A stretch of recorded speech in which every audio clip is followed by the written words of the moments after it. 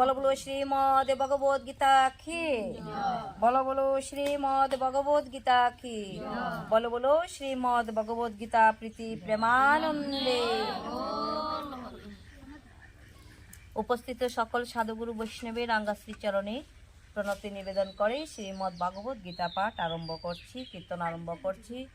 সকল সাধুগুরু রাঙ্গার আতুল শ্রীচরণে দণ্ডবোধ প্রণতি নিবেদন করে এই আসরে যত আছেন শ্রোতা এবং বক্তা সকলে রাঙ্গা শ্রীচরণ আমি করিলাম বন্দন।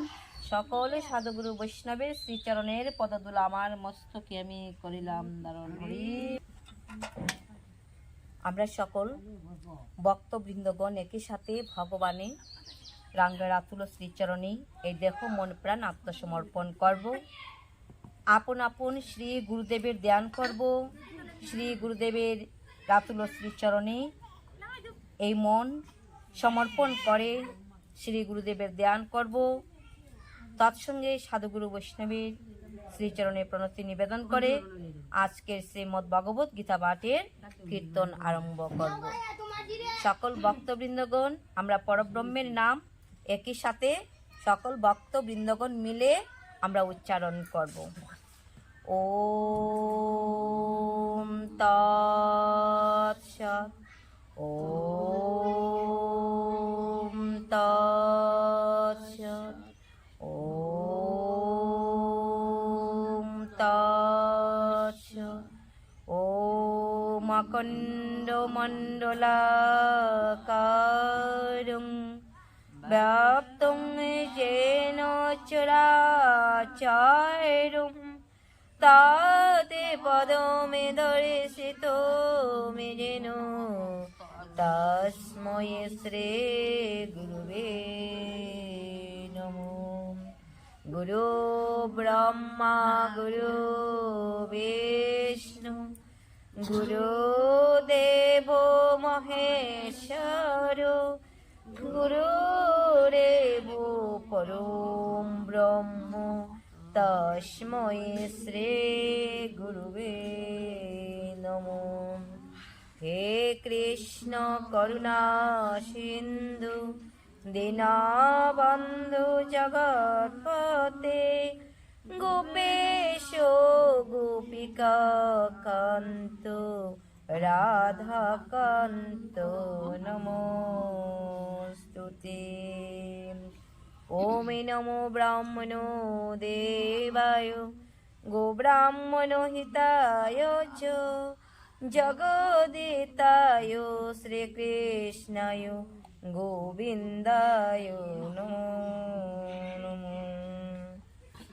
শ্রীকৃষ্ণ হৃদয় মে গীতা সংসার মলনাশিনীম জ্ঞানম ভক্তিম মুক্তিম দাত্রীম গীতা দেবীম নমস্তুতে।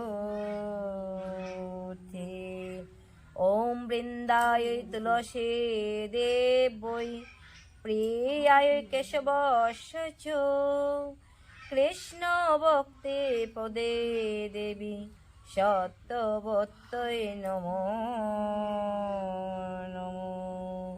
পাপহং পাপকর্মাহং পাপাত্মা পাপসম্ভব ত্রাহি মাং পুণ্ডরীকাক্ষং সর্ব পাপহরো হরি। কৃষ্ণায় বাসুদেবায় হরয়ে পরমাত্মনে প্রাণত ক্লেশ নাশায় গোবিন্দায় নমো নমঃ। নারায়ণমে নমস্কৃত্য নরং চৈব নরোত্তমং দেবীং সরস্বতীং ব্যাসং ততো জয়মুদীরয়তু। জয় শ্রীকৃষ্ণ চৈতন্য প্রভু নিত্যানন্দ শ্রী অদ্বৈত গদাধর শ্রীবাসাদি গৌর ভক্তবৃন্দ। কৃষ্ণায় কৃষ্ণ ভক্তায় তদ্ভক্তায় নমো নমঃ। হরে কৃষ্ণ কৃষ্ণ কৃষ্ণ হরে হরে হরে রাম রাম রাম হরে হরে হরে কৃষ্ণ কৃষ্ণ কৃষ্ণ হরে হরে হরে রাম রাম রাম হরে হরে হরে কৃষ্ণ কৃষ্ণ কৃষ্ণ হরে হরে হরে রাম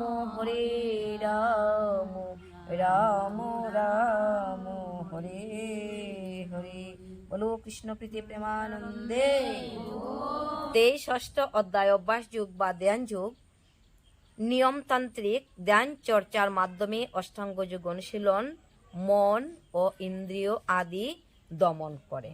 মন আমরা কি হয়, মন রে দমন করে। এই যোগ সাধন করলে কি হয়, ইন্দ্রিয় এবং মন কন্ট্রোলে থাকে। অন্তর্যামী পরমাত্মার চিন্তায় মন নিবিষ্ট থাকে, বুদ্ধি নির্মল হয়, বিশুদ্ধ হয়। এই অনুশীলনে পরিণামে পরমেশ্বরের পূর্ণ ভাবনা রূপ সমাধি অর্জিত হয়। হরি বল। তো যাই হোক, ৬ষ্ঠ অধ্যায় অভ্যাস যুগ বা ধ্যান যুগ।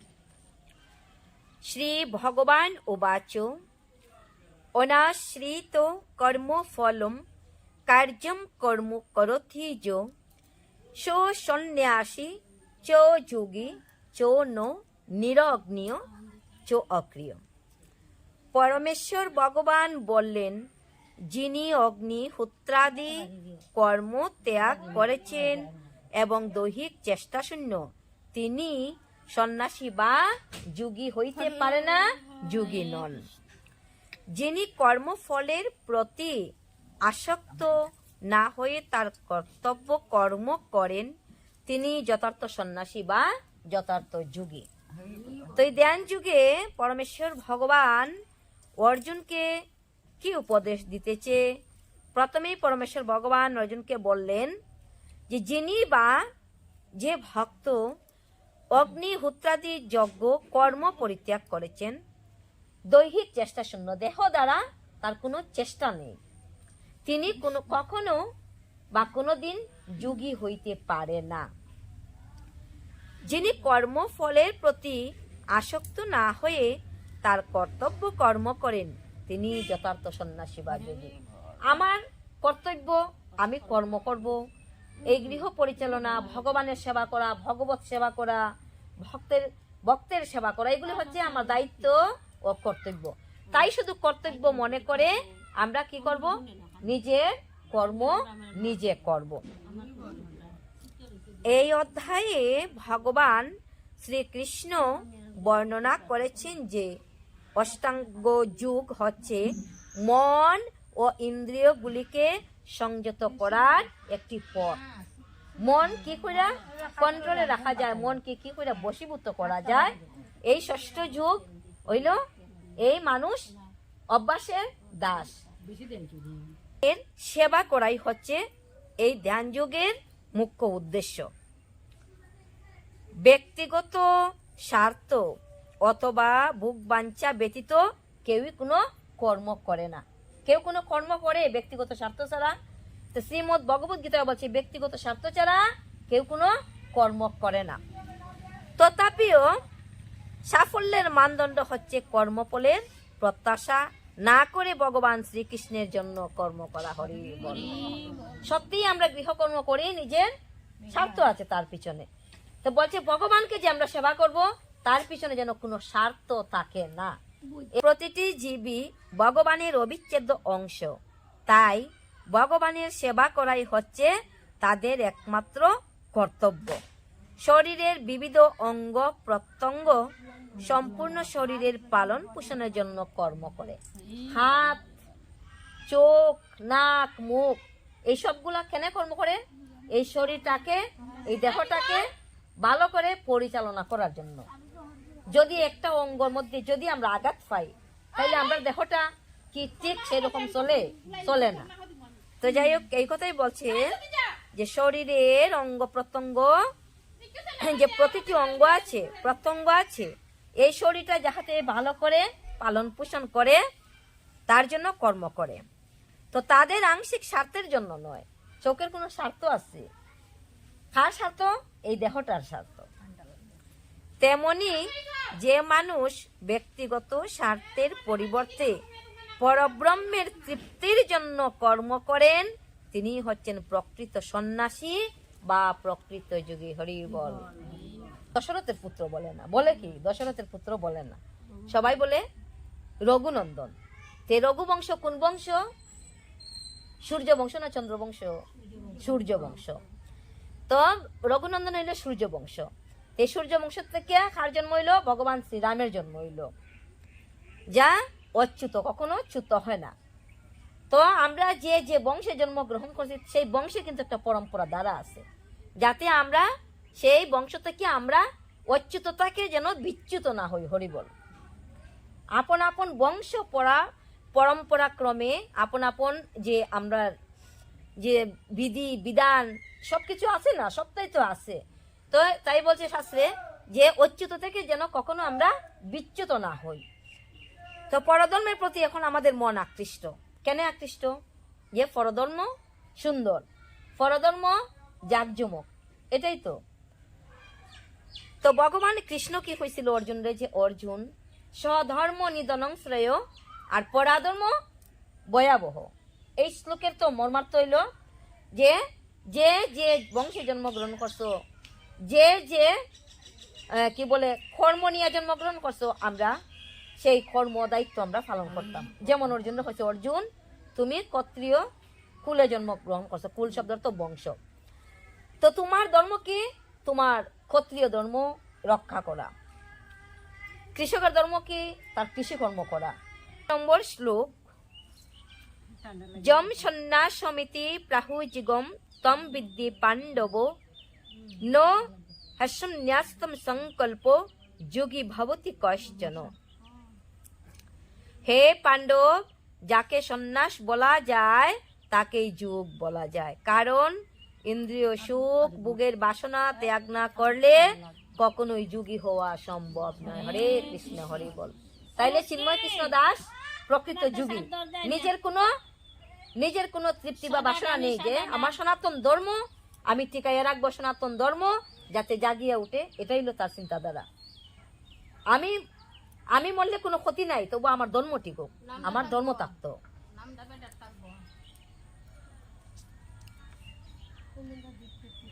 যথার্থ সন্ন্যাস যুগ অথবা ভক্তি যুগের তাৎপর্য হচ্ছে জীবাত্মা রূপে স্বীয় স্বরূপ সম্বন্ধে অবগত হয়ে সেই অনুসারে কর্ম করা। জীবাত্মার কোনো পৃথক স্বতন্ত্র অস্তিত্ব নেই। জীবাত্মা আছে দেহের মধ্যে, যদি পরমাত্মা বিরাজ না করে তাহলে জীবাত্মার কোনো মূল্য আছে? কোনো মূল্য নাই। তো এই জন্যই বলা হয়েছে যে জীবাত্মার কোনো পৃথক স্বতন্ত্র স্বাধীনতা বা অস্তিত্ব নেই, যদি পরমাত্মা তার সহিত না থাকে।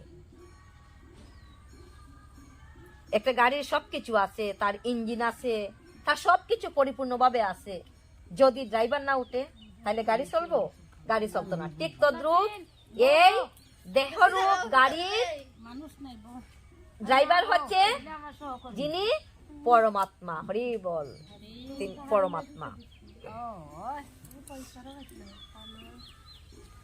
যখন সে জড়াশক্তির দ্বারা প্রভাবিত হয়ে পড়ে তখন সে বদ্ধ অবস্থা প্রাপ্ত হয়। যখন সে কৃষ্ণ ভাবনামৃত লাভ করে ভগবানের অন্তরঙ্গা শক্তি সম্বন্ধে সচেতন হয়। যখন আমাদের অন্তরঙ্গ,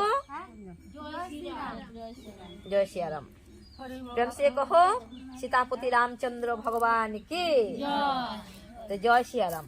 যখন আমরা জড়শক্তির প্রভাবে প্রভাবিত হয়ে পড়ি আর অন্তরঙ্গা শক্তি সম্বন্ধে সচেতন হয়, তখন সে তার স্বরূপে অধিষ্ঠিত হয়। তাই জীব যখন ভগবত তত্ত্ব সম্বন্ধে অবগত হয় তখন সে ইন্দ্রিয় তৃপ্তি থেকে বিরত হয়। সব রকমের ইন্দ্রিয় উপভোগের কার্যকলাপ পরিত্যাগ করে। হরিবল হরিবল। তেমন করে যোগীরা জড় আসক্তি থেকে মুক্ত হওয়ার চেষ্টা করে। যোগীরা কি করে? নিজের ইন্দ্রিয়ের মনের বাসনা তারা কি করে? মনের বাসনারে তারা একদম দমন করতে পারে, কিন্তু আমরা সে মনের বাসনা দমন করতে পারি না, তাই তারা যোগী।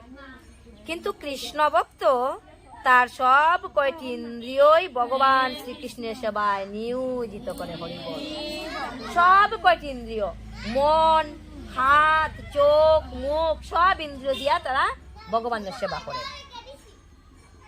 সুতরাং কৃষ্ণ ভক্ত যোগী ও সন্ন্যাসী। যদি কৃষ্ণ ভক্ত একজন হইতে পারে, সেও যোগী ও সে সন্ন্যাসীও।